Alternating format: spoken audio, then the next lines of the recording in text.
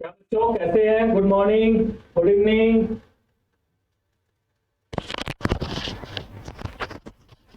बच्चे अभी पहुंचे नहीं क्लास में भाई। Good evening sir. Good evening, good evening, good evening. और सभी कहाँ हैं भाई? Good evening, good evening. और बाकी लोग कहाँ हैं?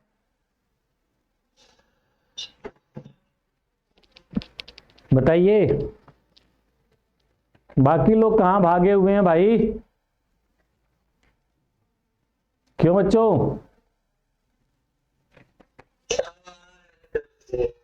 आ रहे हैं अभी? बाकी सभी लोग आ रहे हैं? सर हम लोग तो आ चुके हैं, बाकी मीटिंग आ जाएंगे। जल्दी बुलाओ फटाफट। जल्दी से बुलाओ सबको।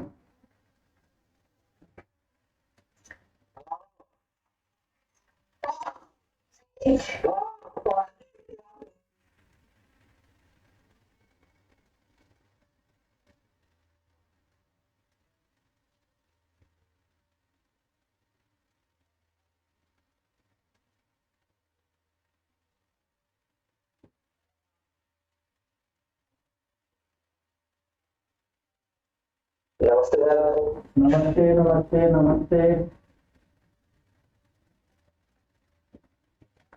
जल्दी से आओ फटाफट भाई, सभी लोग आओ। सिकंदर बोल रहा है। सिकंदर कहाँ गायब हो जाता है बीच बीच में भाई?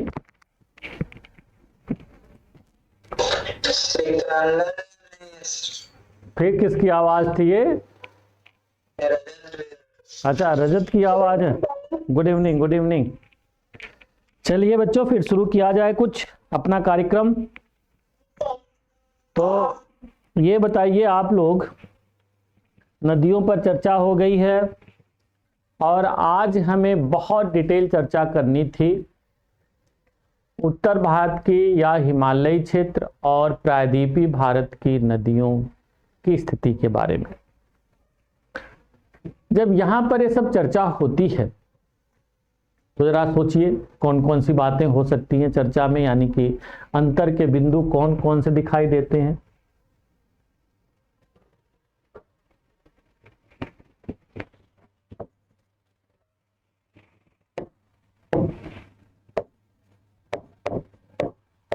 अंतर, जैसा कि आप लोग जानते हैं, हिमालयी नदियां और प्रायद्वीपीय नदियां दो अलग अलग क्षेत्र में बहती हैं। अलग अलग क्षेत्र में बहने के कारण इसमें अंतर के अनेक बिंदु होना स्वाभाविक है। पहला आपका हुआ, यहां पर कह सकते हैं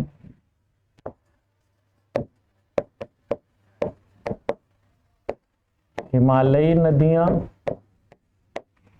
और इधर हो गया आपकी प्रायद्वीपीय नदियां।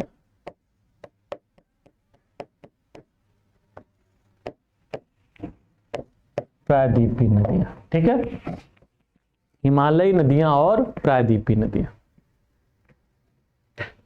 तो जरा आप लोग सोचो कि क्या क्या अंतर के बिंदु हो सकते हैं। बहुत सारे अंतर के बिंदु हो सकते हैं। अंतर के बिंदु लिखने से पहले थोड़ा सा इंट्रोडक्टरी पार्ट लिख लो, लिखो जरा। चूंकि उत्तर भारत की नदियां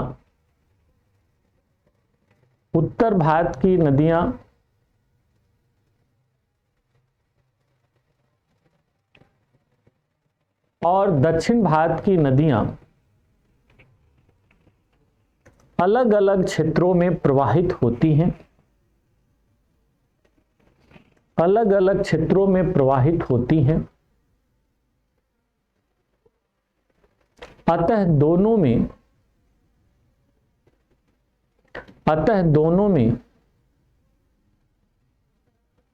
अंतर के अनेक बिंदु, दोनों में अंतर के अनेक बिंदु एकदम स्पष्ट दिखाई देते हैं।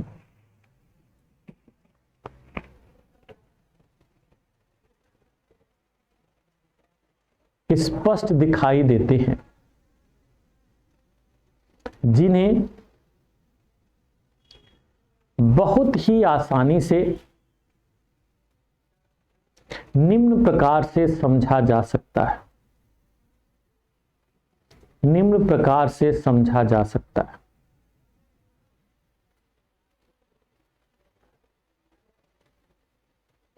निम्न प्रकार से समझा जा सकता है। अब जरा आप लोग यहीं से थोड़ा सा देखो, यहीं से चीजों को थोड़ा सा आगे बढ़ाने की कोशिश जब करोगे तो एकदम कुछ चीजें दिखाई देती जाएंगी कि अच्छा ऐसा ऐसा है, तो यस ऐसा ऐसा है। सबसे पहले तो दोनों के क्षेत्र में अंतर है। उत्तर भारत की नदियों की जब बात करोगे तो उत्तर भारत की नदियों के उद्गम का अधिकांश जो क्षेत्र है वह हिमालय है। मान लो हिमालय न लिख के लिखा जाए, उत्तर भारत की नदियां और प्रायद्वीपीय भारत की नदी तंत्र में अंतर बताइए। तो ऐसे में फिर लाइन आप ऐसे लिखोगे कि उत्तर भारत की नदियों के उद्गम का सबसे बड़ा स्रोत हिमालय क्षेत्र एवं तिब्बत का पठार, तिब्बत का पठार। तो उधर क्या लिखोगे? प्रायद्वीपीय नदियों के उद्गम का क्षेत्र अनेक देखा जाता है, जिसमें सर्वप्रमुख पश्चिमी घाट है। इसके अलावा विंध्यन, सतपुड़ा, अरावली, अमरकंटक पठार, पूर्वी घाट आदि भी इनके उद्गम के क्षेत्र माने जाते। ठीक है, बोलिए ये बात सही है कि नहीं? बोलो बच्चों, कहां गायब हो गए भाई? ये बात सही है कि नहीं? हाँ, तो लिखो, हिमालय की जगह लिख लो उत्तर भारत की नदियां और प्रायद्वीपीय नदियां। उत्तर भारत लिख लो, ज्यादा ठीक रहेगा, क्योंकि कई बार पेपर में उत्तर भारत के नाम से ही पूछा हुआ है। हिमालय भी हालांकि वर्ड यूज किया। लिखो, उत्तर भारत की नदियों के उद्गम का, उत्तर भारत की नदियों के उद्गम का एक ही प्रमुख क्षेत्र माना जाता है। उद्गम का एक ही प्रमुख क्षेत्र माना जाता है।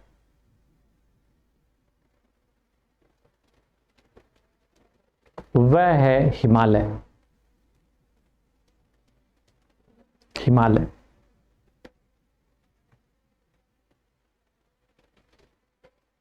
इधर आ जाओ। प्रायद्वीपीय पठारी क्षेत्र में प्रायद्वीपीय पठारी क्षेत्र में बहने वाली नदियों, बहने वाली अलग अलग नदियों, बहने वाली अलग अलग नदियों के उद्गम क्षेत्र अलग अलग देखे जाते हैं।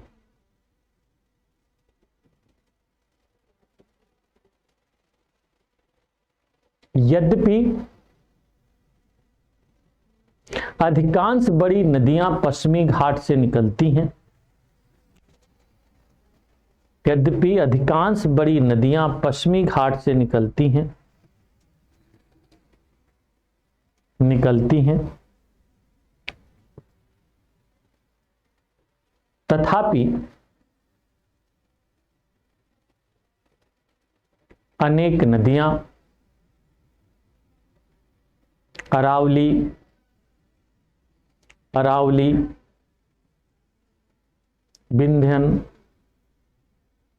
विंध्यन, सतपुड़ा, अरावली, विंध्यन, सतपुड़ा, अमरकंटक पठार, अमरकंटक पठार, पूर्वी घाट,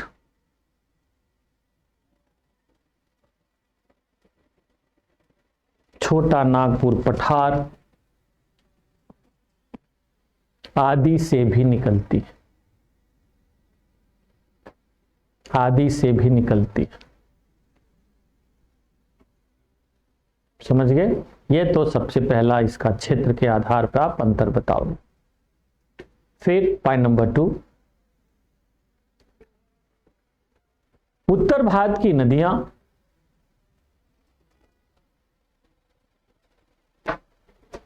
उत्तर भारत की नदियों में, यूं लिखो, उत्तर भारत की नदियों में से, उत्तर भारत की नदियों में हिमालय क्षेत्र से निकलने वाली नदियां, हिमालय क्षेत्र से निकलने वाली नदियां अभी युवा अवस्था में हैं, अभी युवा अवस्था में हैं, अतः ये हिमालय क्षेत्र से निकलने वाली नदियां, उसके बाद क्या बोले? हिमालय क्षेत्र से निकलने वाली नदियां अभी युवा अवस्था में हैं, युवा अवस्था में हैं, अतः ये अपने मार्ग में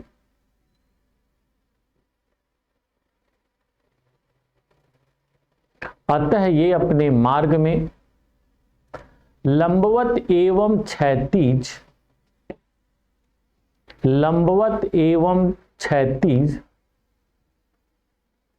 कटान करते हुए, कटान करते हुए क्रमशः अपनी गहराई और चौड़ाई, क्रमशः अपनी गहराई और चौड़ाई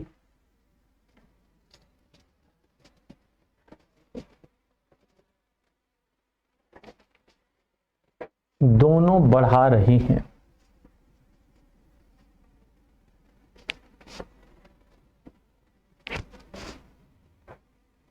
अतः ये अपने मार्ग में, अतः ये अपने मार्ग में,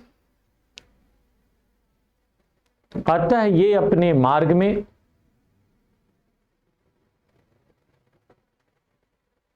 विभिन्न प्रकार की स्थलाकृतियां,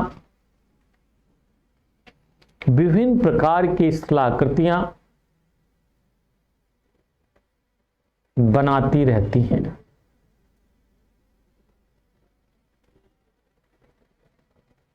मैंने बताया था भाई, युवा का ही काम होता है सृजन करना, बूढ़े लोगों का काम सृजन करना नहीं होता है बच्चों।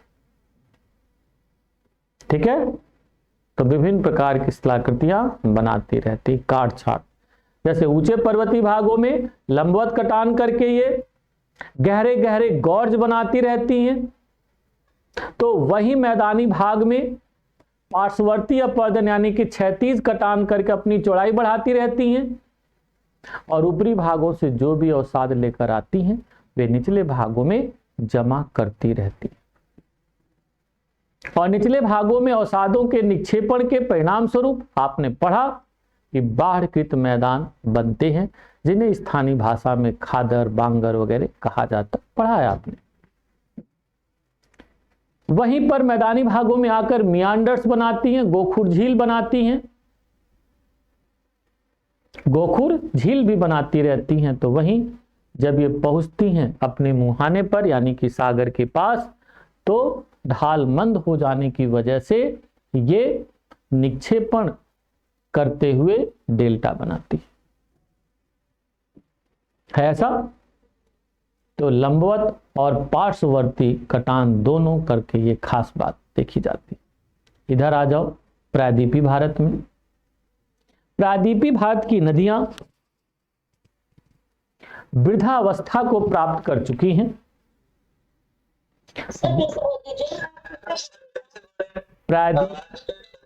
प्रायद्वीपीय भारत की नदियां वृद्धावस्था को प्राप्त कर चुकी हैं।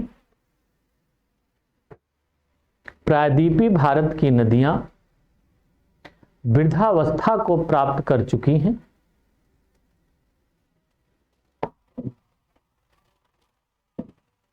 अतः ये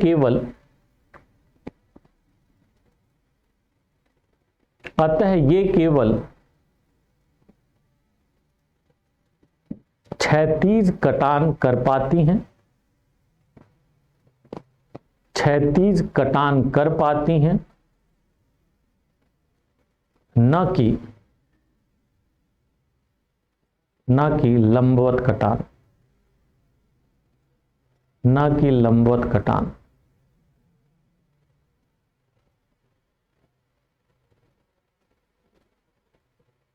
न कि लंबवत कटान।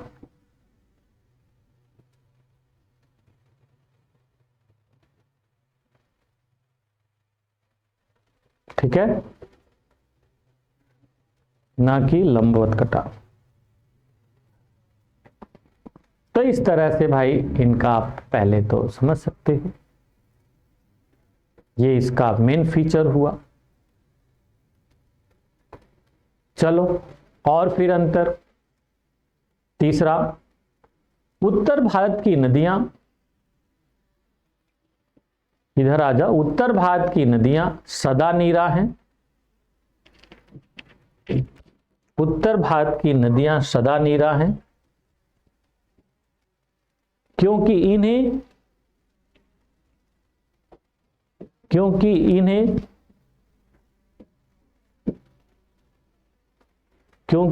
इन्हें न सिर्फ जल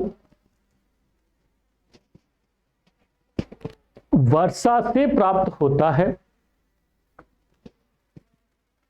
इन्हें न सिर्फ जल वर्षा जल से प्राप्त होता है, बल्कि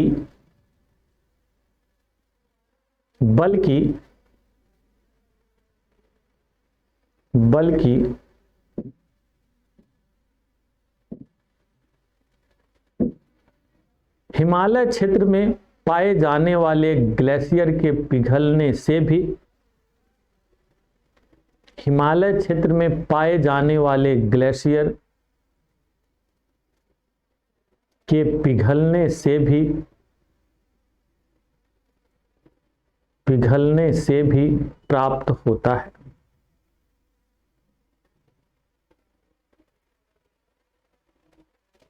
प्राप्त होता है।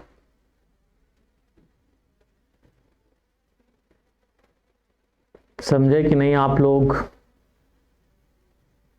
तो उधर क्या लिखोगे, क्या लिखा जाएगा उधर भाई?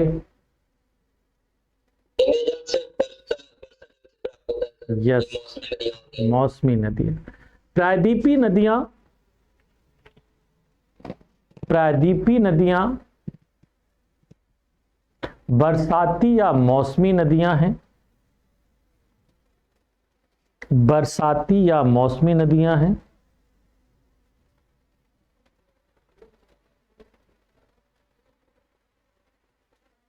बरसाती या मौसमी नदियां हैं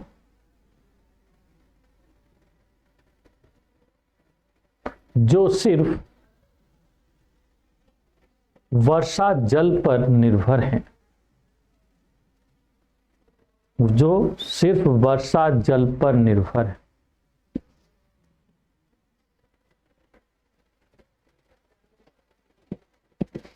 समझ में आ गई बात? जो सिर्फ वर्षा जल पर निर्भर है। बोलिए हाँ या ना, बोलिए भाई, ये बात समझ में आ रही कि नहीं? हाँ, चलिए अब पॉइंट नंबर 3, उत्तर भारत की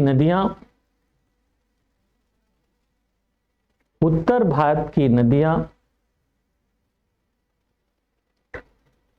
पूर्ववर्ती, उत्तर भारत की अनेक नदियां लिखो, उत्तर भारत की अनेक नदियां पूर्ववर्ती पूर्ववर्ती ब्रैकेट में एंटीसीडेंट, पूर्ववर्ती एंटीसीडेंट,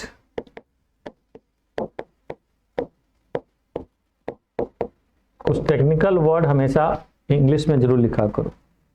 एंटीसीडेंट पूर्ववर्ती प्रकार की हैं, जैसे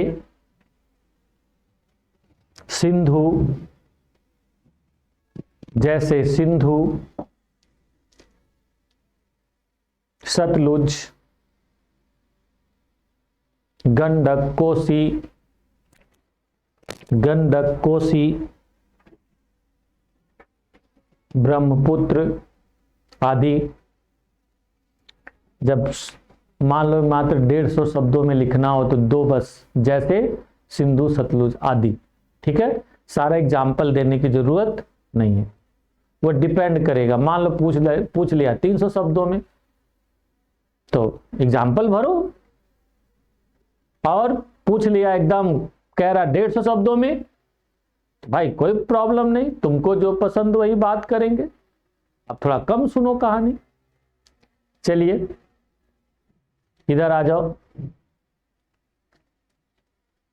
प्रायद्वीपीय भारत की नदियां अनुवर्ती प्रकार की हैं। प्रायद्वीपीय भारत की नदियां अनुवर्ती प्रकार की हैं।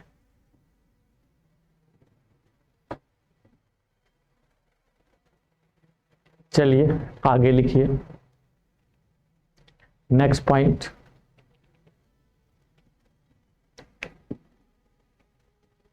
उत्तर भारत की नदियां अपने साथ,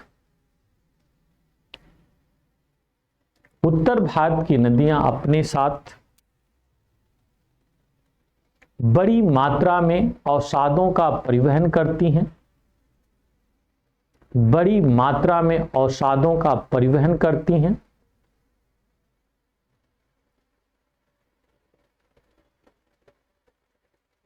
अतः निक्षेपण द्वारा अपने मार्ग में, अतः इनके निक्षेपण द्वारा अपने मार्ग में, अतः इनके निक्षेपण द्वारा अपने मार्ग में, अतः निक्षेपण द्वारा अपने मार्ग में बड़े बड़े मैदानों का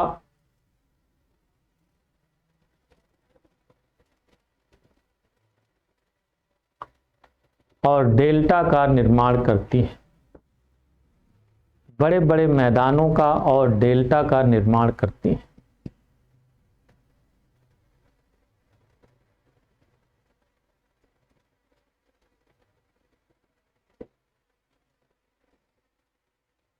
करती है। चलिए भाई इधर आ जाइए। प्रायद्वीपीय नदियां कठोर चट्टानी मार्ग में बहती हैं। प्रायद्वीपीय नदियां कठोर चट्टानी मार्ग में बहती हैं, अतः अपने साथ, अतः अपने साथ अवसादों का परिवहन, अतः अपने साथ अवसादों का परिवहन बहुत न्यून करती हैं, बहुत न्यून करती हैं।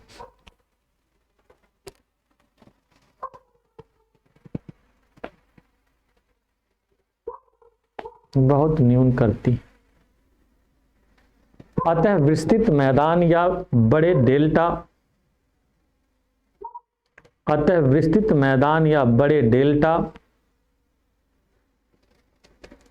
का निर्माण नहीं कर पाती है, बड़े डेल्टा का निर्माण नहीं कर पाती है।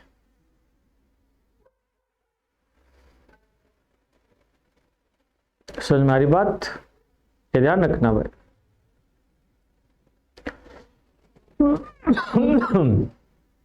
नेक्स्ट पॉइंट, नेक्स्ट पॉइंट,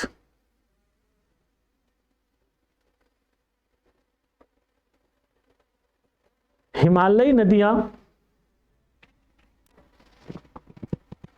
प्रायः अपना मार्ग बदलती रहती हैं। हिमालयी नदियां प्रायः अपना मार्ग बदलती रहती हैं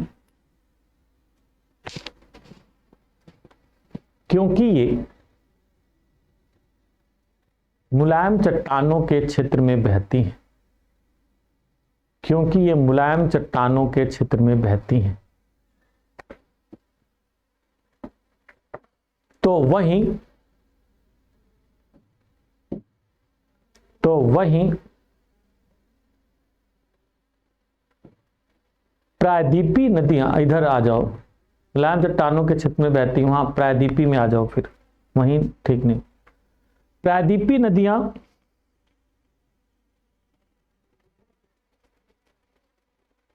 कठोर चट्टानों के क्षेत्र में बहने के कारण, कठोर चट्टानों के क्षेत्र में बहने के कारण अपने सुनिश्चित मार्ग में बहती हैं। अपने सुनिश्चित मार्ग में बहती हैं।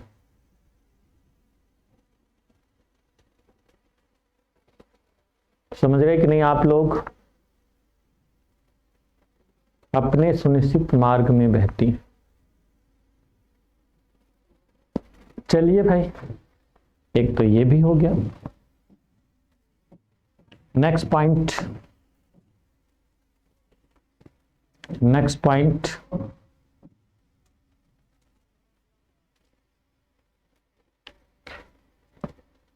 हिमालयी नदियां, उत्तर भारत की नदियां, यूं लिखो, उत्तर भारत की नदियां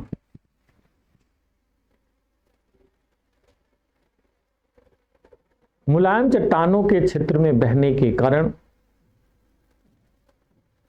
मुलायम चट्टानों के क्षेत्र में बहने के कारण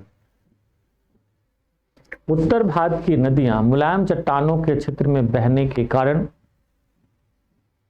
भूगर्भीय जल का भी बहुत बड़ा स्रोत बनती हैं। भूगर्भीय जल का भी बड़ा स्रोत बनाती हैं। भूगर्भीय जल का भी बड़ा स्रोत बनाती है।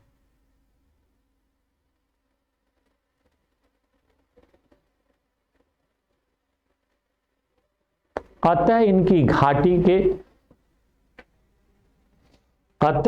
घाटी के सभी क्षेत्रों में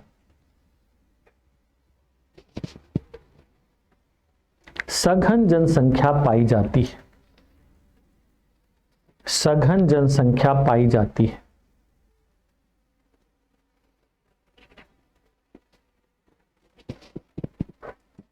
इधर आ जाओ, प्रायद्वीप में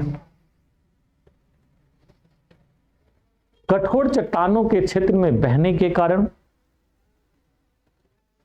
कठोर चट्टानों के क्षेत्र में बहने के कारण ये नदियां भूगर्भीय जल का स्रोत नहीं बनाती है। भूगर्भीय जल का स्रोत नहीं बनाती।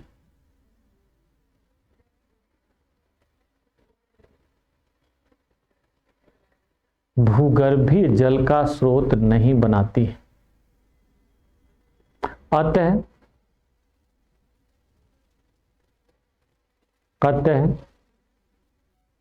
इनकी घाटी में सघन जनसंख्या नहीं पाई जाती।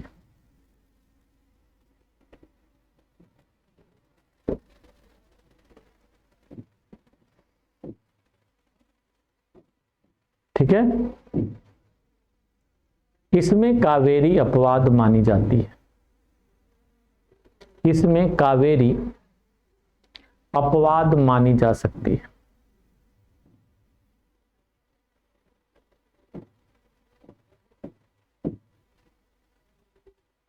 समझ रहे आप लोग?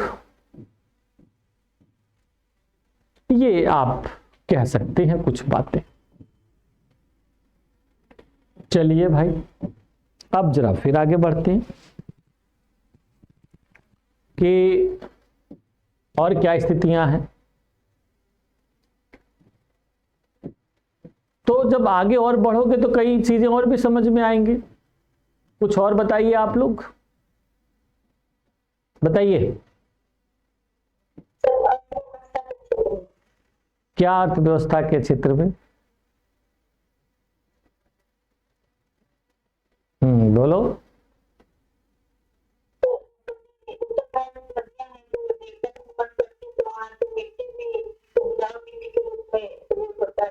तो दक्षिण भारत की नदियां भी तो बेटा डेल्टा बनाती हैं, वहां पे भी खूब खेती होती है। जैसे कावेरी का डेल्टा, जैसे कृष्णा गोदावरी की delta, Mahanadi delta, these are also from delta. अंतर क्या है, इनके डेल्टा छोटे, हमारे डेल्टा बड़े, इसका अंतर हो सकता है। बाकी ये थोड़ा ना कि डेल्टा बनाती है नहीं बनाती।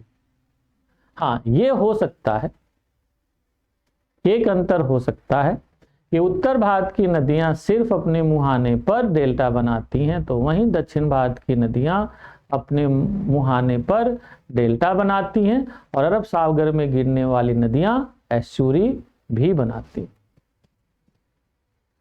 ये अंतर हो सकता है, लिख लो। उत्तर भारत की नदियां अपने मुहाने पर सिर्फ डेल्टा बनाती हैं, सिर्फ डेल्टा बनाती हैं,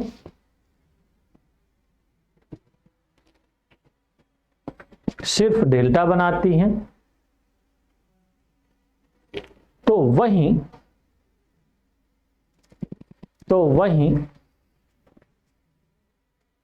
वहीं मतलब उधर आ जाओ प्रायद्वीपीय भारत में।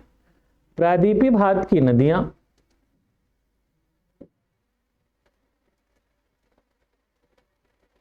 जो बंगाल की खाड़ी में गिरती हैं,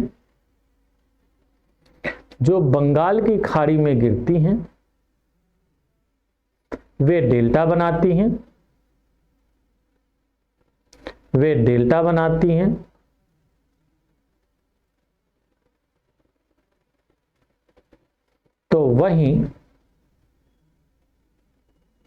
तो वहीं अरब सागर में गिरने वाली नदियां, तो वहीं अरब सागर में गिरने वाली नदियां एस्चुरी बनाती हैं, एस्चुरी बनाती हैं। बोलो बेटा, कंफ्यूज हो गए हो तो उसको ध्यान रखो, पढ़ाया जा चुका है, ये पढ़ाया जा चुका। हाँ, बिल्कुल नहीं, बिल्कुल नहीं, वो मैं स्ट्रिक्टली उस समय बोला था वहां पर कि तुम इस समय 4 बार सुन लो मेरे पास, 4 बार मैं बताऊंगा। पर कभी इंडियन ज्योग्राफी पढ़ाते हुए यदि कोई पूछा तो डंडा लेके दूंगा, डंडा लेके दूंगा। जाओ उस वीडियो में, उस लेक्चर को ध्यान से सुनो, ये तुम्हारी सजा है। मैं इतनी देर में बता भी देता, परंतु बच्चों हमेशा ध्यान रखना, बार बार बताने से आपका नुकसान होता, फिर आपकी सोच नहीं बनती। आप रिटेन नहीं, अरे पूछ लेंगे सर से, सर बता दें, आप माइंड में रिटेन नहीं करते, तो यही आपकी सजा है। समझ गए? कौन रजत पूछ रहा था कि कौन श्रवण पूछ रहा था? हाँ, तो रजत जाके तुम वहां पे देखो। हाँ, ये तुम्हारी सजा है। जैसे आर्मी मैन को क्या सजा दी जाता है, भाई चल दौड़ चल, तुम्हारे लिए इतनी देर में मैं बता सकता था, पर नहीं बताऊंगा। क्यों पुष्पमाला? मैंने बोला था कि नहीं उस समय, मुझे पता, क्योंकि मैं रोज फेस करता रहता हूँ प्रॉब्लम, तो उसी समय मैं क्लियर करता हूँ। बच्चों ये रखो दिमाग में, क्योंकि कई शब्दावलियां इंपॉर्टेंट होती हैं, बार बार यूज होंगे। जैसे ये मैं फिजिकल ज्योग्राफी जो पढ़ा रहा हूं, ये ध्यान रखना, ये आपका बेड रॉक है, इसीलिए मैं बहुत धीरे धीरे चल रहा हूं। This is your bed rock, और बहुत ही समझाते हुए लिखवाते हुए चल रहा हूं, ताकि ये यदि समझ में आ गया, भारत की मिट्टी, भारत की नदियां, भारत की वनस्पति, भारत के उच्चावच, भारत की संरचना, भारत की जलवायु, तो बच्चों फिर तो उद्योग, फिर तो आपका कृषि, आपके संसाधन दाएं बाएं घूमेंगे यार, दाएं बाएं घूमेंगे। तुम संरचना समझ गए, संसाधन समझने लगोगे कहां कौन सा मिलता है, क्यों मिलता है। इसीलिए जो टॉपिक है, एक एक टॉपिक को बार बार आप लोग रिवाइज करते रहो। सुन लो भाई सभी लोग, इस टॉपिक अब तक मैं जितना पढ़ाया हूं मैं उनको बार बार रिवाइज करो, स्ट्रांग बनाओ। बिल्डिंग कब बनती है बच्चों बताओ? जब मजबूत नींव होती है। तो अपनी यहां पे नींव मजबूत करो, समझ रहे कि नहीं? नहीं तो फिर वहां पे घूमने लगेगा, सर यहाँ पे ये आपने आर्कियन चट्टान बताया था, वो कैसे उसमें संसाधन होगा? तो वो बहुत हास्यास्पद स्थिति आपके लिए और हमारे लिए हो जाती है। समझ गए रजत? नाराज मत होना भाई, सुन लो। नहीं सर, हाँ बहुत कुछ सीखने को मिला, बस हाँ एक छोटे से क्वेश्चन में सर। हाँ, क्योंकि मुझे पता है कहाँ पे केवल और केवल डंडे से काम चलता है, डांटने से काम चलता है, प्यार से हर जगह काम नहीं चलता। चलो आगे बढ़ो, क्या लिखवा रहे थे भाई? क्या बता रहे थे?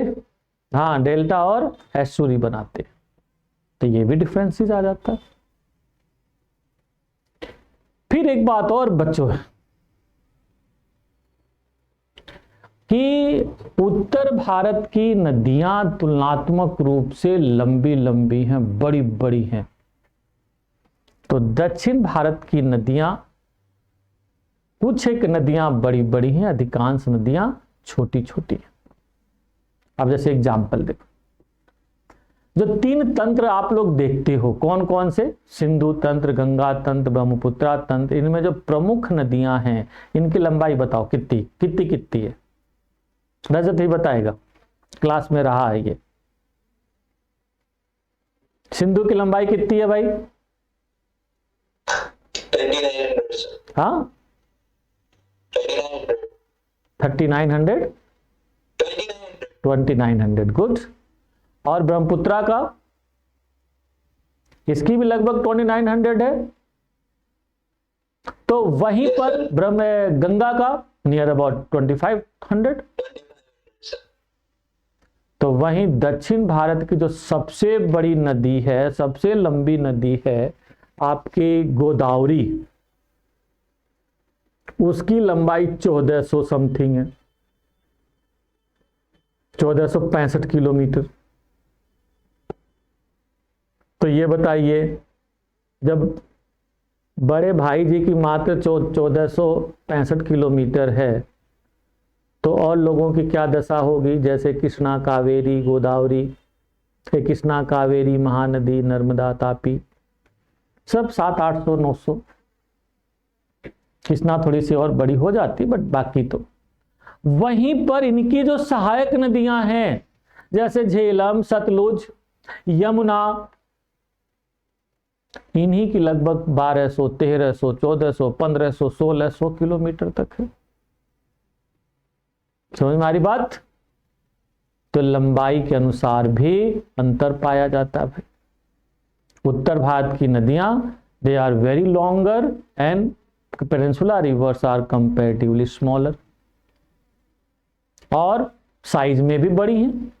उत्तर भारत की नदियां बड़े बड़े आकार में बड़े पानी को लेकर चलती हैं, तो वहीं दक्षिण भारत की नदियां आकार में भी छोटी हैं। लिखो, उत्तर भारत की नदियां लंबाई एवं आकार में बहुत बड़ी हैं, बहुत बड़ी हैं, बहुत बड़ी हैं। जैसे गंगा, ब्रह्मपुत्र, सिंधु,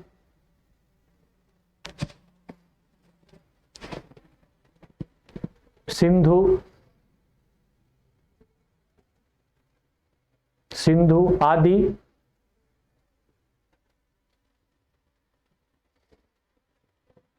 और इनकी सहायक नदियां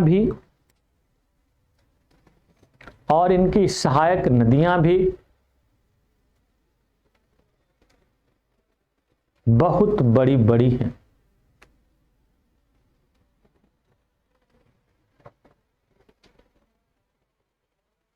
जैसे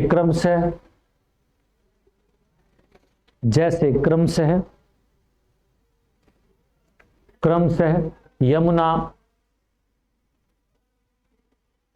यमुना कोमा झेलम और सतलुज तथा दिबांग आदि नहीं, उल्टा हो गया ना, क्या क्या लिखवाया, गंगा ब्रह्मपुत्र लिखवाया ना, फिर सिंधु लास्ट में है ना बच्चों। लाइन में जा देखना पीछे क्या, तो फिर उसकी पोजीशनिंग बदल दो, क्रमशः है ना, तो यमुना किसकी हो जाएगी, गंगा की, और फिर क्या है ब्रह्मपुत्र, तो लिख लो दिहांग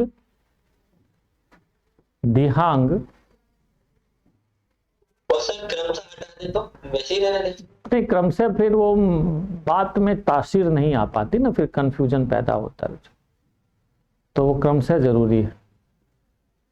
तो क्या लिखा, यमुना कौमा दिहांग तथा झेलम और सतलुज,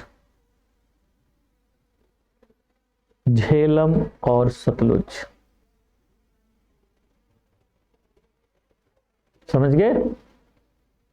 चलिए भाई, इधर आ जाओ, क्या है, प्रायद्वीपीय भारत की नदियां लंबाई एवं आकार की तुलना में छोटी छोटी हैं।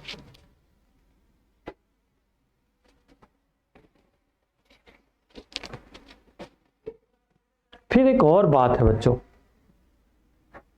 जो आप शायद ना सोच पाए।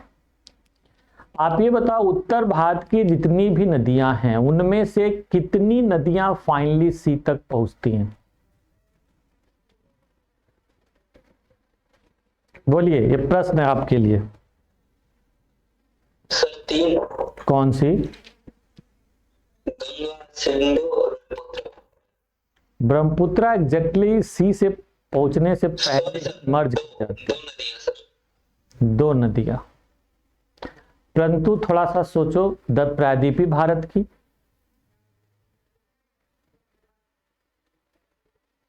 वहां तो गली मोहल्ले वाली नदी भी चल देती है, भैया मैं तुम्हारे में नहीं मर्ज होंगी, मैं जा रही हूं सागर में।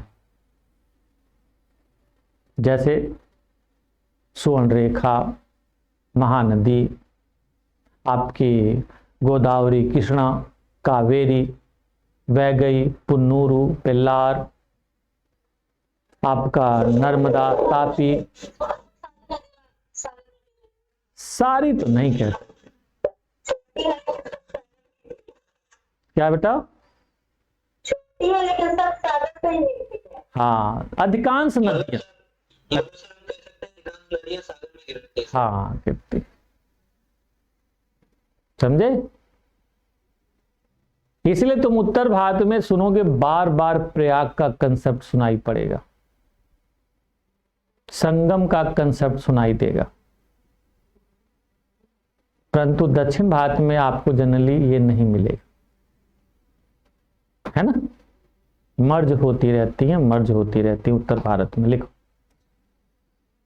उत्तर भारत की नदियों में से, उत्तर भारत की नदियों में से केवल दो नदियां केवल दो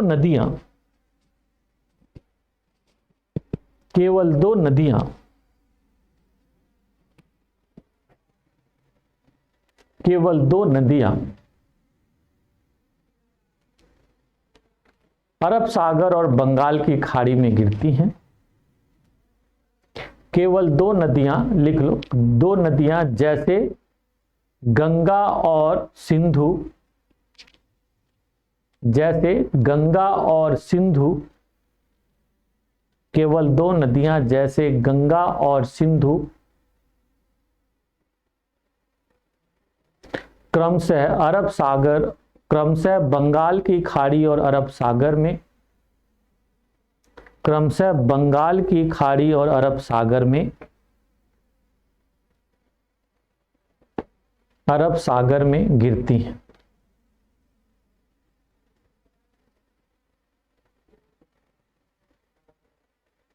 ठीक है, इधर आ जाओ। प्रायद्वीपीय भारत की अधिकांश नदियां, प्रायद्वीपीय भारत की अधिकांश नदियां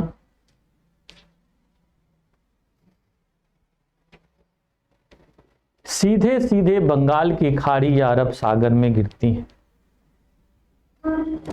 सीधे सीधे बंगाल की खाड़ी या अरब सागर में गिरती हैं।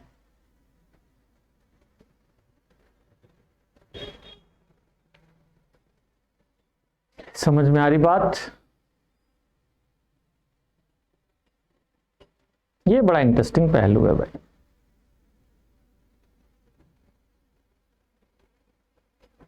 चलिए आगे बढ़िए। एक बात मैं और भी कह सकता हूं कि उत्तर भारत के अपवाह तंत्र में प्रायद्वीपीय भारत की अनेक नदियां आकर मिलती हैं, परंतु हिमालय उत्तर भारत की नदी तंत्र का कोई भी भाग, कोई भी नदी प्रायद्वीपीय तंत्र में नहीं मिलता। बोलिए, ये स्टेटमेंट समझ में आ रहा है कि नहीं? कैसे क्लियर, जरा बता दो, व्याख्या कर दो, व्याख्या करो भाई।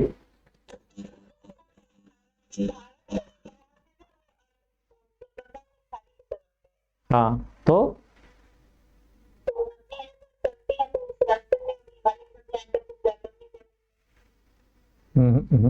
कोई और? गंगा और सिंधु या ब्रह्मपुत्र सर, कोई भी तीनों में से कोई भी नदियां जाकर प्रायद्वीपीय भारत के अपवाह तंत्र में नहीं मिलती है। ठीक बात है, परंतु प्रायद्वीपीय भारत की कौन सी नदियां आके मिल जाती हैं?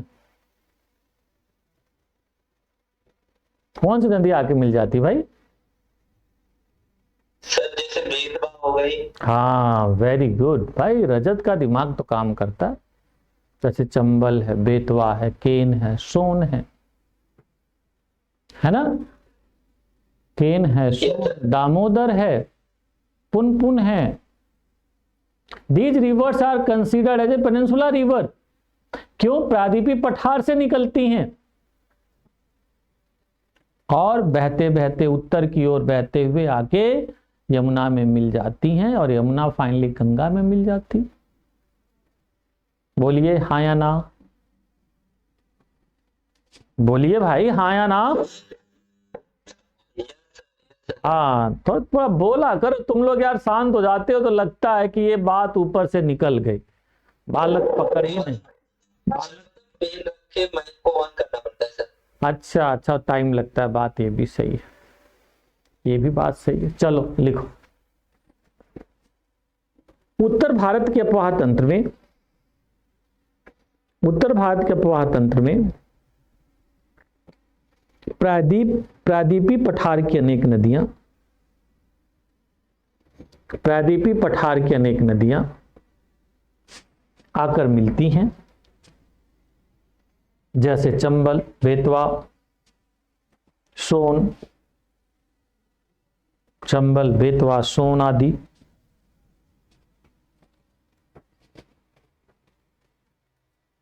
उधर चलो। प्रायद्वीपीय अपवाह तंत्र में उत्तर भारत की कोई भी नदियां आकर नहीं मिलती है, कोई भी नदी आकर नहीं मिलती है।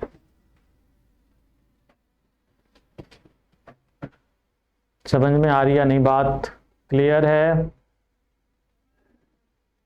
Concept is clear? Yes that must be clear. चलिए देन फिर आगे बढ़ो, नेक्स्ट पॉइंट लिखो। उत्तर भारत की नदियां सदा नीरा होने के कारण, उत्तर भारत की नदियां सदा नीरा होने के कारण, सदा नीरा होने के कारण, सदा नीरा होने के कारण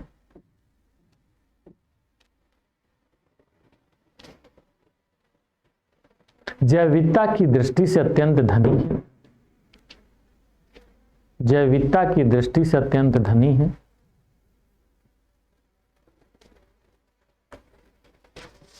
भाई पानी होगा तभी तो जीव जंतु होंगे बच्चों, या नहीं?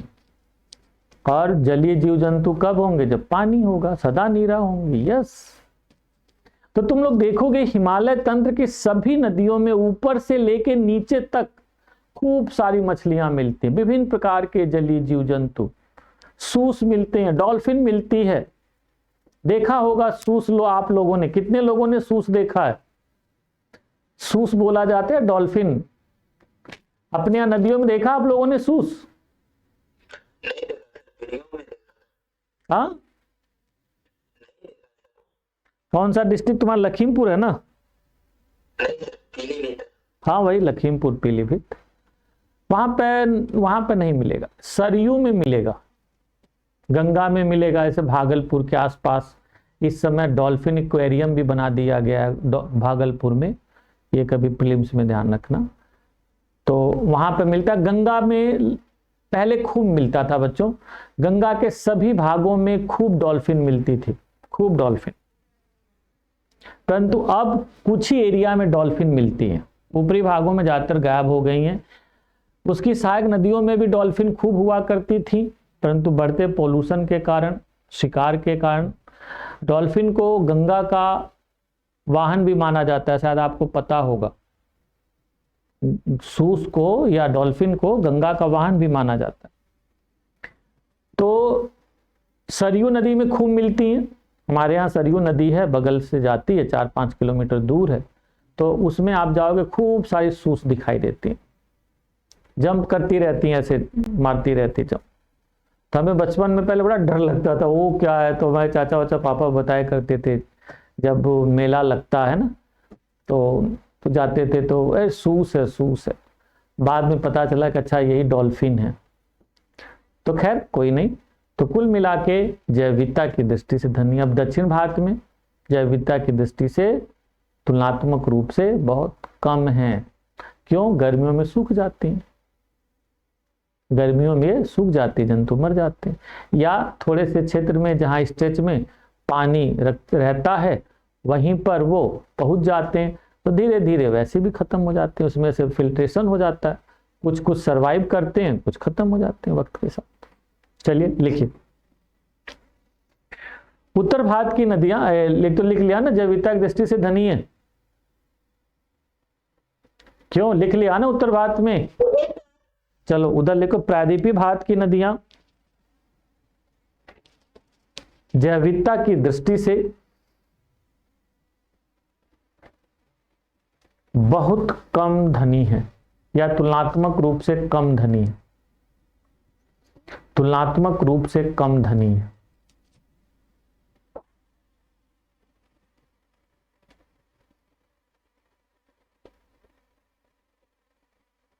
कम धनी है। चलिए भाई, ये हो गया। और आगे लिखो, उत्तर भारत की नदियां नौ परिवहन की दृष्टि से, नौ परिवहन की दृष्टि से अत्यधिक महत्वपूर्ण है, अत्यधिक महत्वपूर्ण है। अतः अपने किनारे उत्तर भारत की नदियां नौ परिवहन की दृष्टि से महत्वपूर्ण है, अतः अपने यहां अतः अपने यहाँ अनेक छोटे बड़े नगरों को, अतः अपने किनारे, यूं लिखो, अतः अपने किनारे अनेक छोटे बड़े नगरों को जन्म दिया है, जन्म दिया है।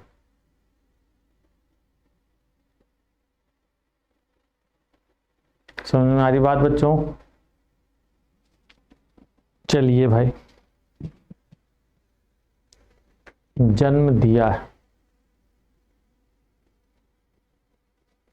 ठीक है। अब इधर क्या होगा,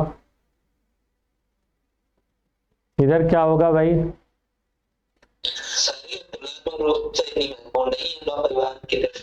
लिखो, क्योंकि प्रायद्वीपीय नदियां अपने मार्ग में जगह जगह जलप्रपात बनाती हैं, क्योंकि प्रायद्वीपीय नदियां अपने मार्ग में जगह जगह जलप्रपात बनाती हैं, अतः नौगमन की दृष्टि से, अतः नौगमन की दृष्टि से कम महत्वपूर्ण है,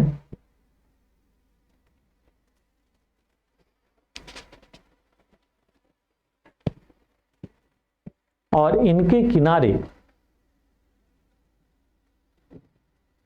बड़े बड़े नगरों का विकास नहीं हो सका है।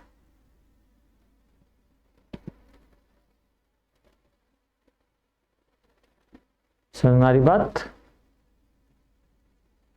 उत्तर भारत में देखोगे तो पटना है, वाराणसी है, प्रयागराज है, कानपुर है, लखनऊ है, जौनपुर है, number of big and small cities, Bhagalpur है, आगे जाओगे कोलकाता मिल जाएगा तुम्हें, उधर ब्रह्मपुत्रा में जाओगे तो गुवाहाटी है, बोंगाई गांव है, तेजपुर है, हाफलांग है, नहरकटिया है, लखीमपुर, नंबर ऑफ सिटीज। तो सिंधु में जाओगे तो लाहौर है, कराची है, बहुत सारे आपको मिलेंगे, ठीक है। तो इस तरह से इन सभी को थोड़ा सा इस एंगल से भी सोचना चाहिए भाई कि महत्व क्या है। तो इस तरह से मैं समझता हूं बहुत लिखवा दिया मैंने, हो सकता है 400-500 शब्द होने जा रहे होंगे, क्यों बच्चों? 400 तो हो ही गया होगा, हाँ 400 हो गया होगा। कितने पॉइंट हो गए हैं? 10-12 नहीं, 25 पॉइंट थोड़ा ना होंगे, हाँ 13 पॉइंट होंगे ना। इसने दोनों जोड़ के बोल दिया, दोनों जोड़ के थोड़ा ना बोला जाता है। तो 12-13 पॉइंट का मतलब बहुत हुआ भाई, बहुत हुआ। एक्सप्लेनेटरी वे में देखो लिखवा दिया क्यों ऐसा। अब आप लोग लिखते वही, ये नदियां सदा नीरा हैं, ये नदियां, वही 2-4 बातें लिख के फिर वो सूख जाता है। क्योंकि क्वेश्चन बहुत इंपॉर्टेंट है, many time this question has been asked, तो ये जानना बहुत जरूरी है। चलिए भाई, फिर यहीं पर एक बात और समझ में आती है, इन नदियों का कुछ महत्व तो है। हालांकि चर्चा डायरेक्टली हो चुकी है,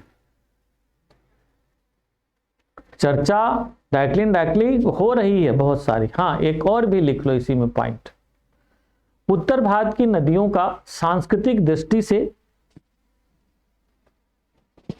उत्तर भारत की नदियों का सांस्कृतिक दृष्टि से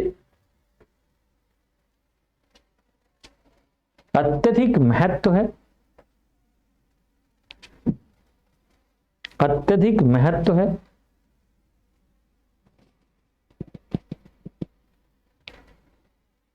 अत्यधिक महत्व है। जैसे यहां पर समय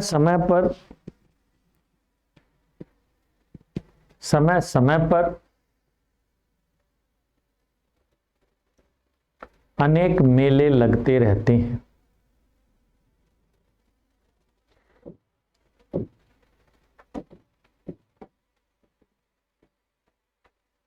ऐसा प्रायद्वीपीय, इधर आ जाओ, प्रायद्वीपीय नदियों में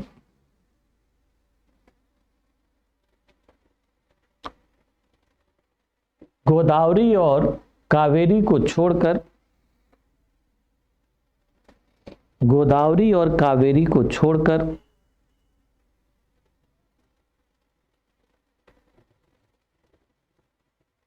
बहुत अधिक सांस्कृतिक महत्व नहीं है।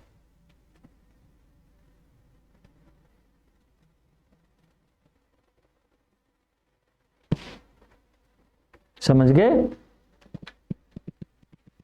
इसीलिए तुम लोग देखते हो कि दक्षिण भारत का राजा राजराज प्रथम है, जो गंगई चोल मंडलम या किसकी उपाधि लेता है, याद है कुछ बच्चों? मॉडर्न एंसेंट इंडिया पढ़ा होगा तो गंगई चोलपुरम कुछ ऐसी वो उपाधि लेता है। तो जब उसका राज्याभिषेक हो रहा था तो भारत की सभी बड़ी नदियों, पवित्र नदियों का जल इकट्ठा कराएगा। पहले था बच्चों ये, ठीक है? कभी भी बड़े संस्कार जब होते हैं ना, बड़ी बड़ी यज्ञ होती हैं, तो भारत की सभी नदियों का जल एकत्रित किया जाता है। क्यों? ऑल रिवर्स आर क्या है? ये सभी पवित्र हैं। और पवित्र का मतलब हमेशा ध्यान रखना उपयोगिता की दृष्टि से। आपके जीवन में जिस चीज की जितनी उपयोगिता है, महत्व है, वही चीज आपके लिए उतनी पवित्र है, उतनी अच्छी है, जो भी कह सकते। तो ये सभी संस्कार, इसलिए कई सारे मंत्र पढ़ोगे तो उसमें कावेरी चय, यमुना चय, गंगे चय, है ना? मुझे एक मंत्र याद नहीं आ रहा, हमारे बाबा अक्सर बोला करते थे जब रोज, हाँ मतलब रोज उनका काम था, जब वो रात में सोने उन्हें जाते थे और खाना तो गंगा चय, यमुना चय, कावेरी चय, गोदावरी चय। तो हमें उस समय छोटे छोटे थे, हमें क्या पता, तो ये बता देते ये नदियां हैं। तो कावेरी वावेरी नाम आते थे तो हमें बड़ा थोड़ा सा वैसा लगता था, क्योंकि गंगा उंगा तो चलो थोड़ा जानते भी थे, सरयू। तो वो मुझे मंत्र याद नहीं यार, नहीं तो उसमें सारे मतलब वो नदियों को पढ़ा जाता है, यानी कि उनके जैसे उनमें जल हमेशा, मतलब प्रकृति से वो है, अनुग्रह है, रिक्वेस्ट है कि हे प्रभु इन नदियों में हमेशा जल बनाए रखिए, और उसी प्रकार हमारे जीवन में भी जल बनाए रखिए। देखो अप्रत्यक्ष रूप से क्या मतलब है कि जल है तो जीवन है, कि नदियों में जल है तो भूगर्भी जल है, सतही जल है, नदियों में जल है तो हमारे लिए पेय जल है, नदियों में जल है तो हमारे सिंचाई जल है, और जब चारों ओर जल ही जल है तो फिर तो भाई बल्ले बल्ले। बोलिए ऐसा है कि नहीं? तो इसीलिए फॉर द ट्रिब्यूट ये मंत्र सब पढ़े जाते थे। चलो तो ये हो गया, इतना बहुत है, बस लिख लो, कंक्लूड कर दो, लास्ट पैरा लिख दो। इस प्रकार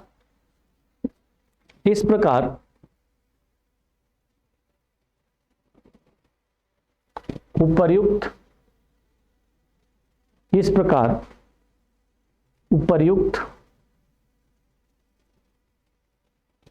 चर्चा से स्पष्ट होता है कि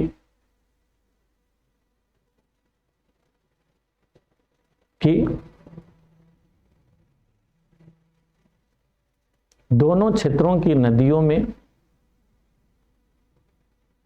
दोनों क्षेत्र की नदियों में अंतर के अनेक बिंदु हैं, अंतर के अनेक बिंदु।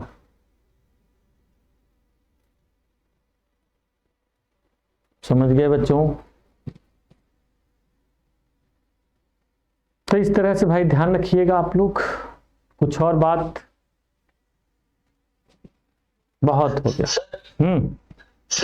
इसलिए ये पता लगता है कि महत्व की दृष्टि से अगर देखा जाए तो उत्तर भारत की नदियां अधिक महत्वपूर्ण है सर हमारे लिए। बिल्कुल बेटा, वो तो है, उसमें तभी तो मैंने लाइन लिखवा ही दिया ना कि सघन जनसंख्या है, सघन जनसंख्या। सघन जनसंख्या क्यों होगी भाई? बिन पानी सब सून, पानी जब नहीं होगा तो लोग नहीं होंगे। यहां तो पानी ही पानी, ठीक है? इसीलिए तुम लोग यहाँ पे पानी पे बहुत सारे गाने सुनोगे कि पानी रे पानी तेरा रंग कैसा, जिसमें मिलाए लगे उस जैसा। सुना है गाना? सुना है गाना? नहीं, एक उसकी मूवी है, रोटी कपड़ा और मकान, मनोज कुमार की मूवी है। तो उसी में गाना है कि पानी रे पानी तेरा रंग कैसा, उसमें जिसमें मिलाए लगे उस जैसा। और उसका स्ट्रेंजा बहुत प्यारा है, सुनना। यही पानी जब युवक युवतियों पर यानी यंग लोगों पर गिरता है तो उनमें रोमांच पैदा होता है, तो वहीं बूढ़े वगैरह पर गिरता है तो उन्हें जीवन का खतरा हो जाता है। जैसे देखोगे बहुत बूढ़े लोग जब हो जाते हैं तो 22 में भीग जाए तो तुरंत तबीयत खराब हो जाती है, बड़ी प्रॉब्लम हो जाती है। मतलब अलग अलग प्रभाव उसमें दिखाया है। दूध में मिलाओ तो दूध जैसा हो जाएगा, जिसमें मिलाए लगे उस जैसा, अलग अलग।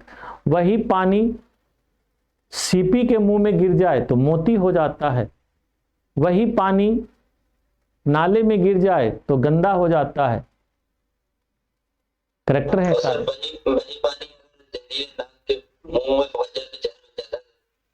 जहर बन जाता है ना, अलग अलग ढंग से, अलग अलग। तो ये सब समझने वाली बात। इसलिए पानी पर बहुत सारे गाने, छठ के गाने जितने भी सुनोगे, जितने भी परंपरागत गाने होंगे छठ के, वो सब पानी के बेस पर ही, आप उसी के अगल बगल घूमते रहेंगे। चलो खैर, तो कुल मिला के कहने का मतलब ये है कि नदियों का नो डाउट महत्व है। इसीलिए तो अमिताभ बच्चन गाना गाते हैं ना, छोरा गंगा किनारे वाला, ठीक है, या गंगा मैया में जब तक पानी रहे, मेरे सजना की सलामत जिंदगानी रहे ओ गंगा मैया। ठीक है, चलो खैर, आज गंगा स्नान था। अच्छा अच्छा, कार्तिक पूर्णिमा थी। भाई क्या बताएं, हम तो अब का मतलब वो वाली बात हो जाती है कि घर से कोचिंग, कोचिंग से घर, इसी में क्या है कैसे है मुझे याद ही नहीं रहता। आध्यात्म रूप से मैं नो डाउट आध्यात्मिक हूँ, परंतु मैं मान लेता हूँ अपना घर पर सुबह उठता हूँ, प्रभु का नाम लेता हूँ, 10-20 मिनट मेडिटेशन करता हूँ, तो अब बाकी तो ये सब मौका ही नहीं मिल पाता। बट जहाँ जिसको मौका मिले जरूर जाना चाहिए। बचपन में मुझे याद, देखो आप लोगों ने याद दिला दिया, जब हम लोग छोटे थे, आई थिंक 5-7-8 ईयर के होंगे, 8 ईयर 10 ईयर्स तक बल्कि, तो बाबा हमें सुबह ही साइकिल पर लाद के, हम तीनों भाइयों को, बड़े भैया थोड़े बड़े हो गए तो पैदल जाने लगे, नहीं तो मैं और मेरा छोटा भाई साइकिल पर बिठाते थे, एक आगे एक पीछे, और फिर हम लोग 4 किलोमीटर दूर सरयू नदी है, वहाँ पे जाते थे। मेला लगता था, बड़ा उत्साह रहता था, अरे भरों का मेला है जाएंगे। तो वहाँ पे जाते थे, पूड़ी बनती थी, पूड़ी और हलवा बनता था, और फिर हम लोग खूब खाते थे, कथा वथा होती थी, मेला में इधर उधर घूमना, ये वो, that was the wondrous day. आज वो नए बच्चों को नहीं मोहताज हो पाता है, हमारे बच्चों को ही कभी नहीं देख पाए वो। मैं कभी कभी मुझे याद आती है कि नहीं, बच्चों को जरूर दिखाना चाहिए, क्योंकि वो लर्निंग पॉइंट होता है बच्चों। हम लोग जाते हैं वहाँ, घूमते हैं, 10 लोगों को देखते हैं, एक्सप्रेशन समझ में आते हैं। इसीलिए हम लोगों की जनरेशन के बच्चे ज़्यादा माइंड पढ़ने में तेज होते हैं। आजकल के बच्चे देखो कम हो रहे इस मामले में, लेकिन तो कुल मिला के है, अच्छा याद दिलाया, थैंक यू। तो तैरना थोड़ा बहुत आता, ज़्यादा नहीं। एक्चुअली एक बार मैं तैरने की प्रैक्टिस किया, मैं बहुत पहले की बात है, 91 की बात है ये। तो मैं जौनपुर में, मेरे चाचा वहाँ थाने में थे, तो वहाँ पे एक बड़ा पॉन्ड बना हुआ था। पॉन्ड मतलब स्विमिंग पूल बना हुआ था, बहुत प्यारा स्विमिंग पूल। तो वहां पर मैंने कुछ दिनों तक प्रैक्टिस किया था और मैं तैरने भी लगा था, परंतु हमेशा ध्यान रखो प्रैक्टिस फाइनल स्टेज तक जब तक नहीं पहुंचती है, मतलब परफेक्शन परिपक्व नहीं होती है, तो फिर भूल जाते हैं कोई भी चीज।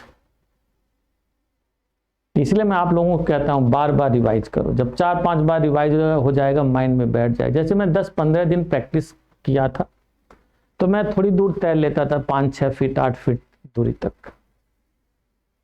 बाकी फिर वो इट्टी में मेरा आना हो गया, वापसी हो गई वहां से, तो मेरा परिपक्व नहीं हो पाया कि मैं देर तक तैर सकूं, पानी में खड़ा हो सकूं। वहीं मेरा जो चाचा का लड़का था वो बहुत बढ़िया तैराक है, बहुत बढ़िया। वो पानी में खड़ा होकर ऐसे बात करता है जैसे लैंड पर खड़ा होकर बात कर रहे हैं। तो ये थोड़ा सा लैग कर गया। हाँ, मुझे स्केटिंग बहुत अच्छी आती है, आई कैन डू स्केटिंग। पहिए वाले जूते जानते होंगे आप लोग, चलाए होंगे शायद, तो मुझे वो मैंने चलाया क्योंकि मेरा अपने पास जूता था। वो हम मैं और मेरे दोस्त ने मिल के, हम लोग जब 9-10वीं में थे तो दिल्ली आए थे स्केटिंग, उस समय बहुत बड़ी बात थी 90 के आसपास की, तो दिल्ली आए थे, खरीद के ले गए थे। तो स्केटिंग मुझे बहुत अच्छी आती है, बहुत अच्छी। मैं बहुत तेज से मुड़ता भी हूँ, बहुत तेज। तो वही इंटरेस्टिंग बात हुई कि चूंकि वो मेरा परफेक्शन था, तो अभी करीब 7-8 साल पहले मैं मोदी नगर गया अपने यहाँ पर, तो सब दोस्त थे 2-1, तो कहने लगे चलो चलते उस पार्क में स्केटिंग करेंगे। एक और लड़का था, उसके पास शूज़ था, तो मैं गया वहाँ पे। तो मुझे शुरू में बड़ा लगा अरे यार कहीं गिर जाएंगे, बहुत दिन हो गए, 15-15 साल हो गए। बट ज्यों बांधा और खड़ा हुआ, थोड़ा सा बॉडी 1-2 बार ऐसे ऐसे हुई और पैर तुरंत मारे जाए साए साए साए। तो इसीलिए एक पुरानी कहावत है कि बैल कितना हूं बूढ़ा हो जाए, हराही नहीं भूलता है। सुना है फ्रेज ये फ्रेज? हाँ, चलो खैर। तो इसके बाद एक और टॉपिक हम लोग देखते हैं। Another topic is also very important. हिमालयी नदियों की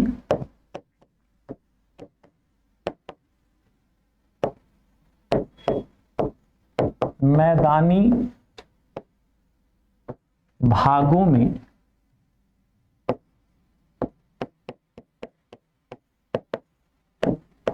भूमिका, एक अगला टॉपिक है बच्चों।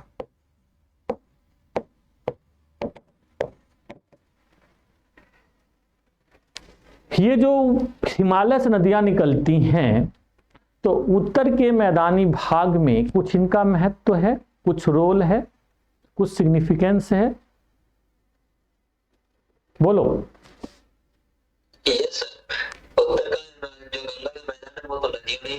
नदियों नहीं बनाया। सोचो इन नदियों की, इस मैदानी भाग का मां कौन है? नदियां ही हैं। तो इन नदियों को इन मैदानी भागों से निकाल दो तो इस मैदानी भागों का कोई अस्तित्व बचेगा क्या? यानी कि उत्तर भारत का मैदान माइनस हिमालयी नदियां इज इक्वल टू 0। क्यों बच्चों?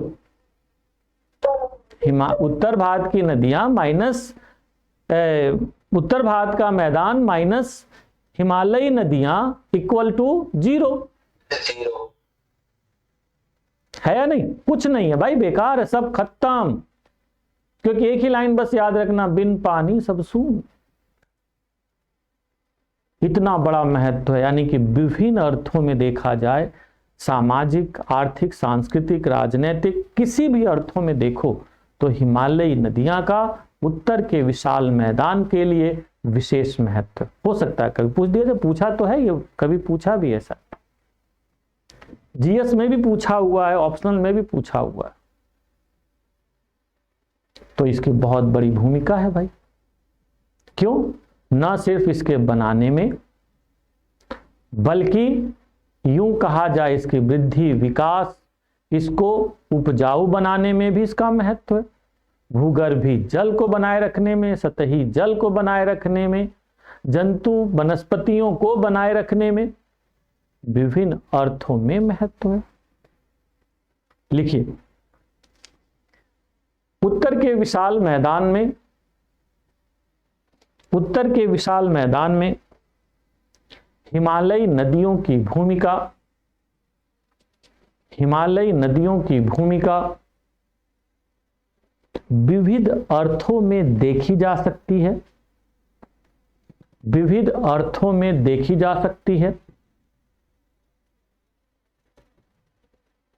हिमालयी नदियों की भूमिका विभिन्न अर्थों में देखी जा सकती है, जो निम्न प्रकार से है।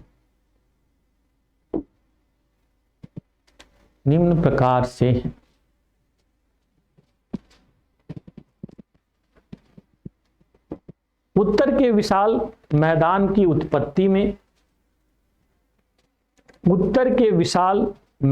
की उत्पत्ति में इन्हीं नदियों की भूमिका देखी जाती है।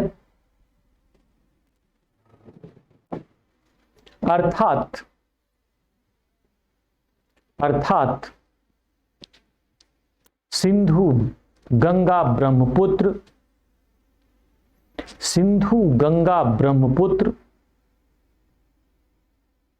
एवं उनकी सहायक नदियों द्वारा लाए गए जलोढ़ से ही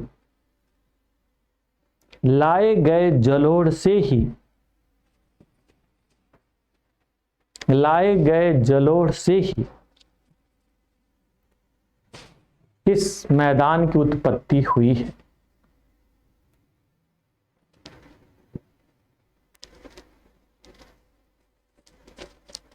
और प्रतिवर्ष लाए गए इन जलोढ़ से और प्रतिवर्ष लाए जा रहे इन जलोढ़ से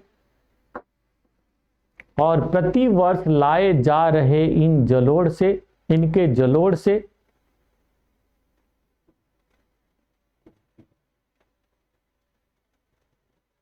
इस मैदान की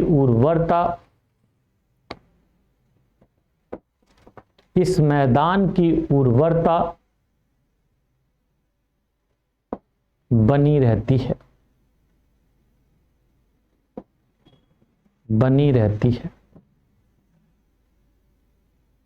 सोचो,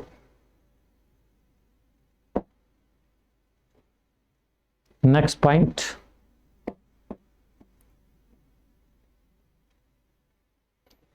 ये नदियां सदा नीरा हैं।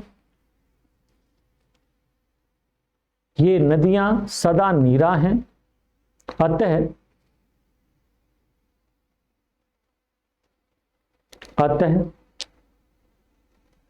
इस क्षेत्र के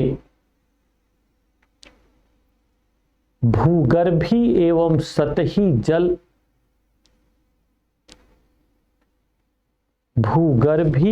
सतही जल को बनाए रखने में महत्वपूर्ण भूमिका देखी जाती है।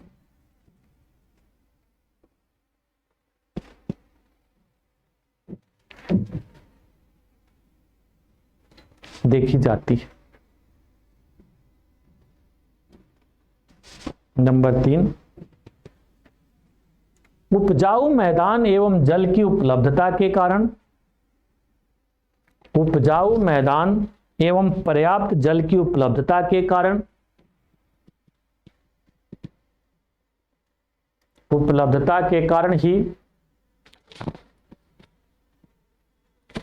ही यह विश्व के सघनतम जनसंख्या के क्षेत्रों में से एक है। विश्व के सघनतम जनसंख्या के क्षेत्रों में से एक है।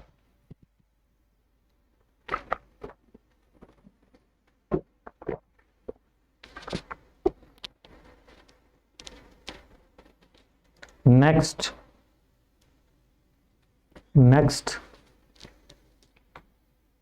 हिमालयी नदियां उत्तर के विशाल मैदान में, हिमालयी नदियां उत्तर के विशाल मैदान में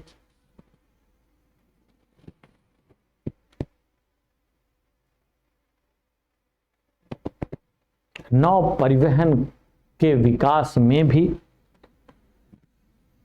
नौ परिवहन के विकास में भी सहायक साबित हुई है, सहायक साबित हुई है।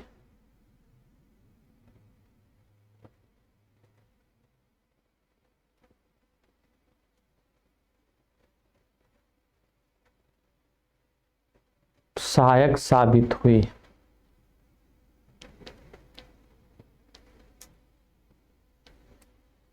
नेक्स्ट पॉइंट,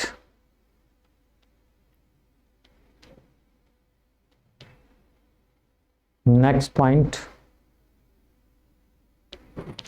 हिमालय नदियों के पर्वतीय भागों में, हिमालयी नदियों के पर्वतीय भागों में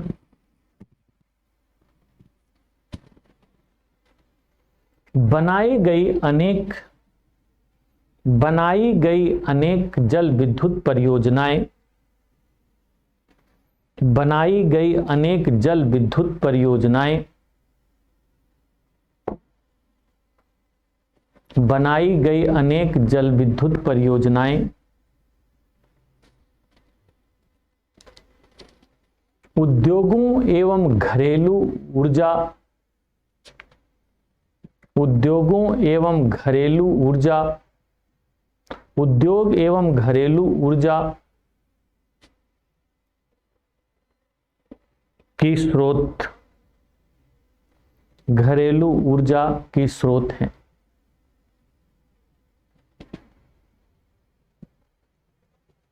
की स्रोत है।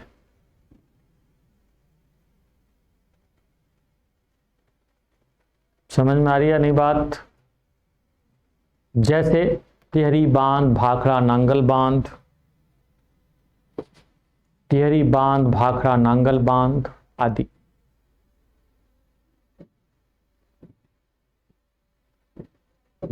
आदि सर टिहरी बांध क्या? भाखड़ा नांगल बांध, भाखड़ा नांगल बांध।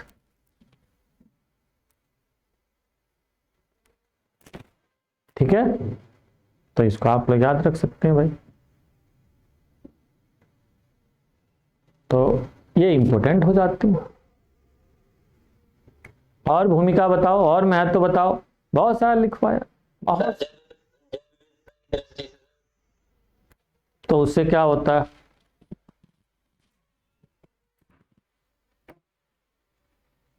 उससे क्या होता है कि मछली ऐसे थोड़ी ना, वहां पे वो अंतर के बिंदु हैं, यहाँ पे महत्व की दृष्टि से उस बात को जस्टिफाई करो तो मैं लिखवा दूं, उसको जस्टिफाई करो ना। लिखो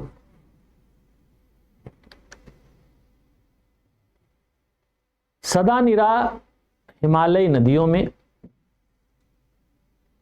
सदा नीरा हिमालयी नदियों में पाई जाने वाली उच्च जैव विविधता,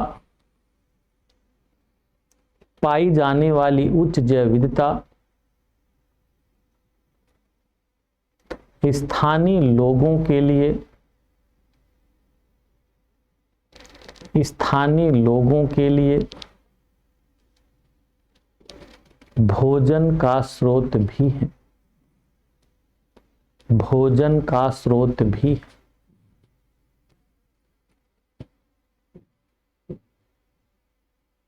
समझे? इस तरह से बात को घुमाई जाती है। मैंने आप लोगों को बताया है ना कि मेंस कुछ नहीं है, लक्ष्य मूवी का गाना है ना, इसी बात को तुम घुमा फिरा के कहते तो अच्छा होता। अगर मैं कहूं, सुना है गाना कि नहीं? रजत, हाँ जाके आज, क्या बेटा?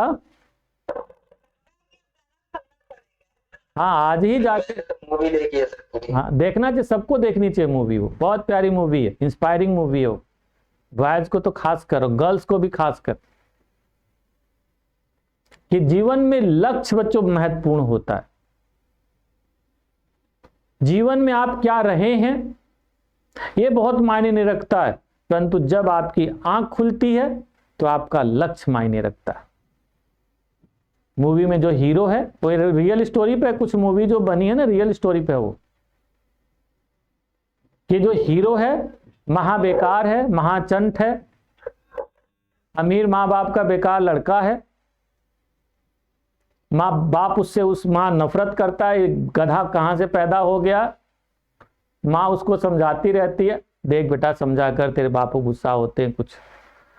इतने में दोस्त किसी दिन कहते चल यार एनडीए उसका सीडीएस का फॉर्म निकला, भर देते हैं मिलिट्री वाला, कहता चल यार भर दे।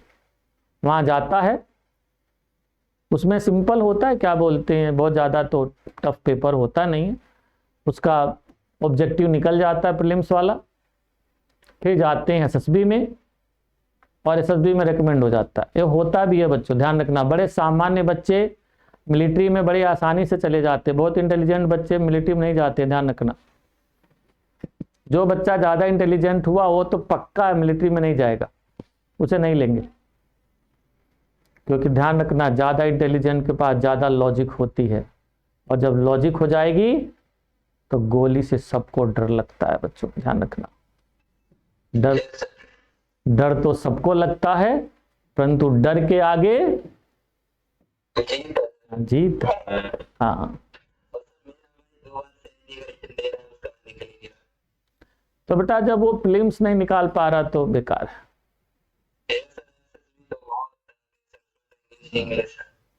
उससे कहो थोड़ा सा तैयारी करे, कोई ज़्यादा उसमें मैथ की बहुत अच्छी मैथ होनी चाहिए और इंग्लिश बहुत अच्छी होनी चाहिए, फिजिक्स केमिस्ट्री वगैरह अच्छा पेपर आता है उसका, एनडीए का बहुत अच्छा पेपर आता है।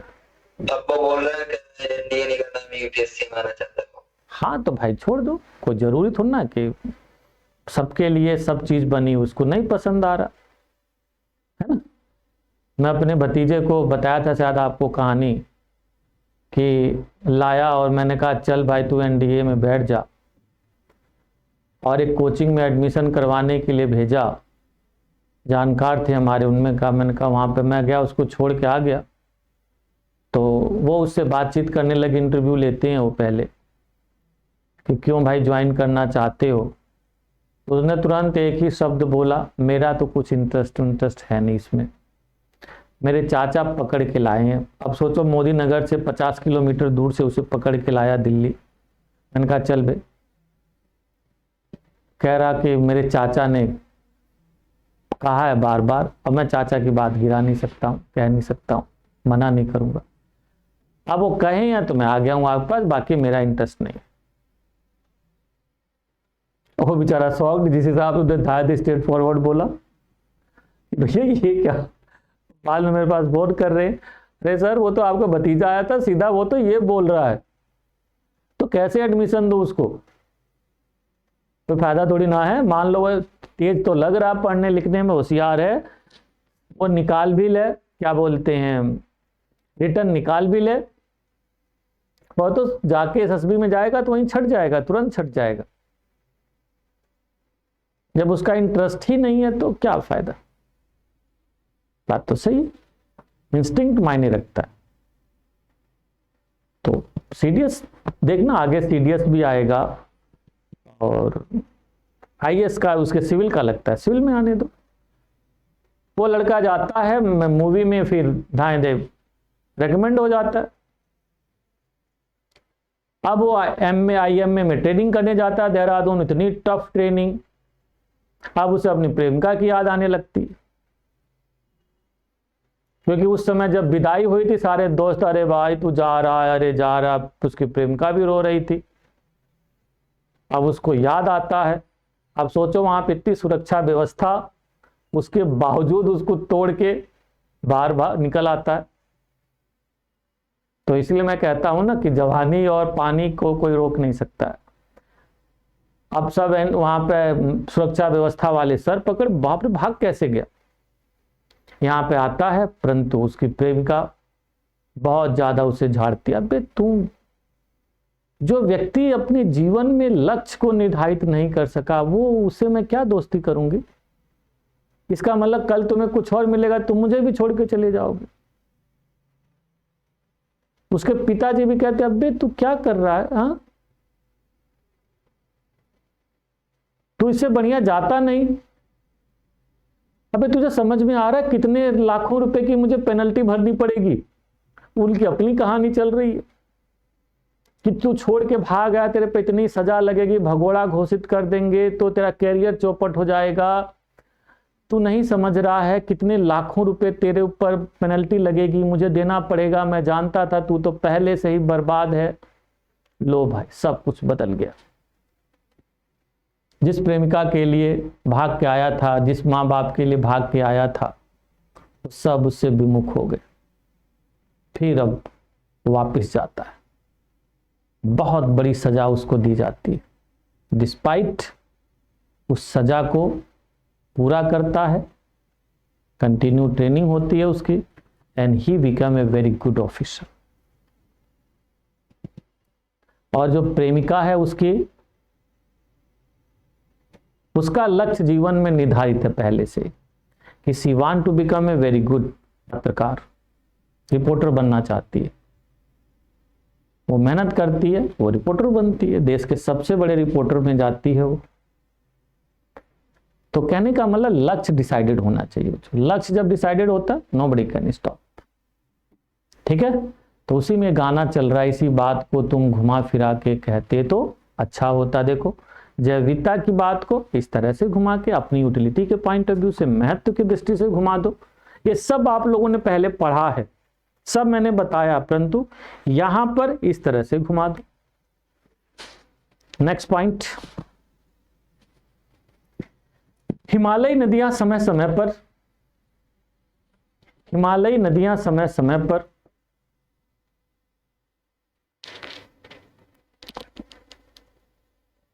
अपने निचले भागों में बाढ़ भी लाती हैं।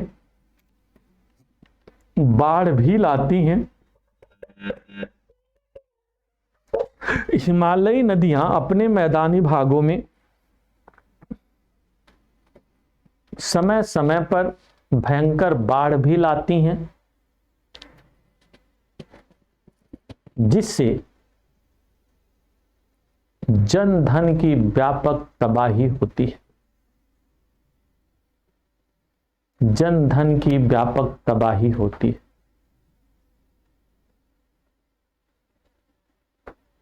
जैसे कोसी,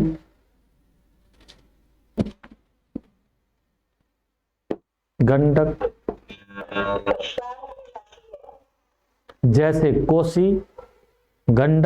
आदि।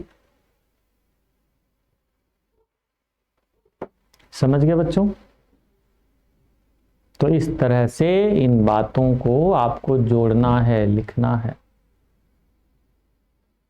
इस प्रकार कहा जा सकता है कि हिमालयी नदियों की भूमिका गंगा के मैदानी भागों में विशिष्ट है। समझ गए? तो ये कभी हो सकता है 200 शब्दों में, मेरे ख्याल से 150 शब्द हो गए होंगे, 150-200 शब्द। कितना 5 पॉइंट है बड़े बड़े, कितनी लाइंस बन रही हैं? 15-20 लाइन हो गई कि नहीं? 20 लाइंस। तो बड़े आराम से 150 शब्द मैंने बोल दिया, 150-200 शब्द बोल दिया। तो आप इस तरह से विभिन्न अर्थों में इन सब चीजों को देखिए, समझिए, विचार करिए। ठीक है, और इसको आगे बढ़ाइए। हाँ हिंदी में जितने भी छात्र हैं वो इंग्लिश कंपलसरी में जाके लुढ़क जाते हैं, इससे उनके शिक्षा आगे बढ़ ही नहीं पाता। बिल्कुल सही बात है। ये सब तो मैं सोच रहा था कि उसको कैसे किया जाए सर। तुम डेली अखबार पढ़ना शुरू करो।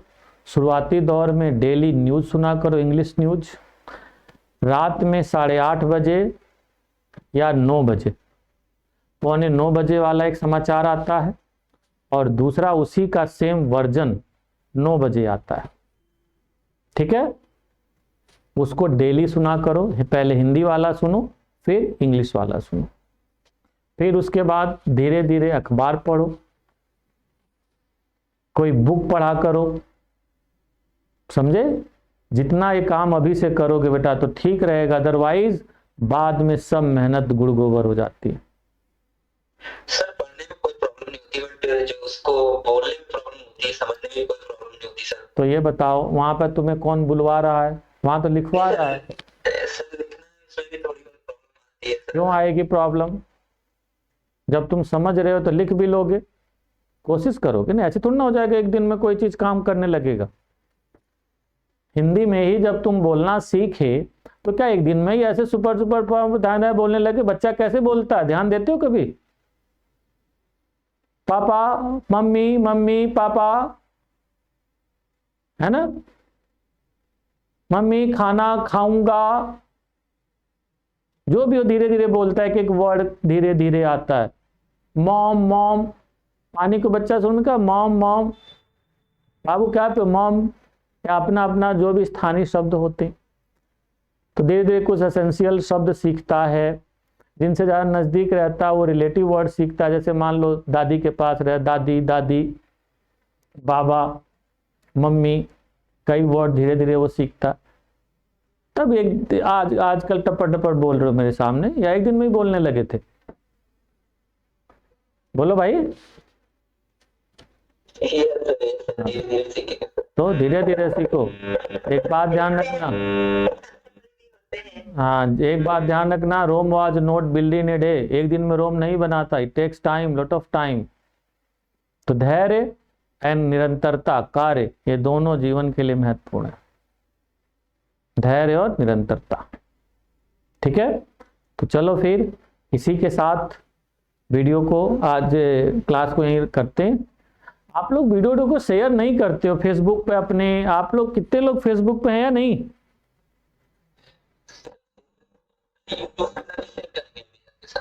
फेसबुक पे शेयर करो, फेसबुक पे कुछ बातें लिखा करो, प्रमोद शर्मा सर ये वो। तुम लोग वीडियो को कभी शेयर किया करो।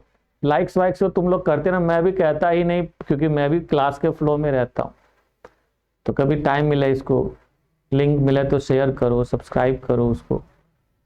तो शेयर कर ज़्यादा ज़्यादा बच्चों को, ताकि अब तुम ही लोग तो धन हो हमारे, इसी से धन का विस्तार होता है ना। बच्चे रेकमेंड नहीं करेंगे तो कैसे काम चलेगा? बोलो भाई।